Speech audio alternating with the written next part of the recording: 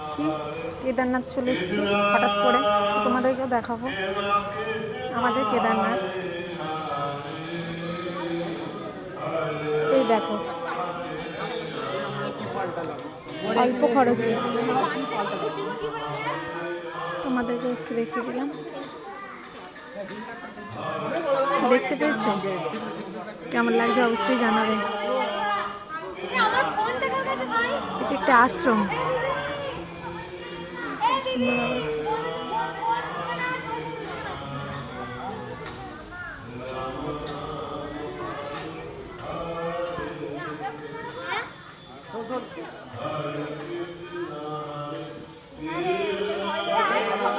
বজরংবলী, খুব সুন্দর লাগছে।